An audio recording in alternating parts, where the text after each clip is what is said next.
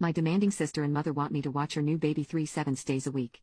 I told them to pick the baby back up or I will call CPS for abandonment. For the last few weeks of my younger sister's pregnancy, she has been demanding that my husband and I babysit her newborn every weekend, Friday morning to Sunday evening, so she and her husband can have some cool-off time from being parents. Each time, I have laughed at her and shut it down with a quick, "Nope, I won't be."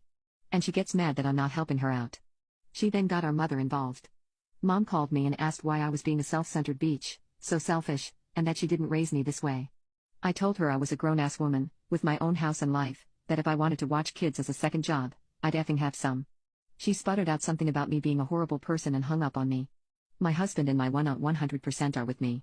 However, my mom, dad, the other 900 family members, and friends got involved calling me out on Facebook or blowing up my phone.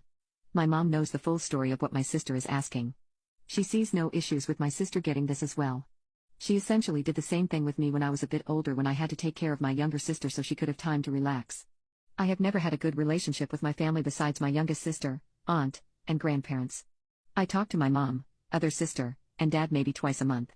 So whenever family/friends message me about babysitting or give me poop about it, my favorite response has been, "You're right, I am selfish and irresponsible, and probably not fit to take the baby this weekend, but I can be sure to let sister know you volunteered your time this week to help her out." Funny enough, everyone seems to have some generic excuse as to why they can't or won't, like, "I worked all week, it's my wind down time, not my child, not my responsibility." But somehow it's mine? My all-time favorite response is, "It is your responsibility as the oldest to ensure your siblings don't make mistakes, and if they do, you take responsibility and don't let them ruin their lives over it. They're still kids who need to have fun." You had your turn. When the baby was just under 2 weeks, my sister, her husband, and our mother left multiple messages and voicemails about when they would drop the baby off.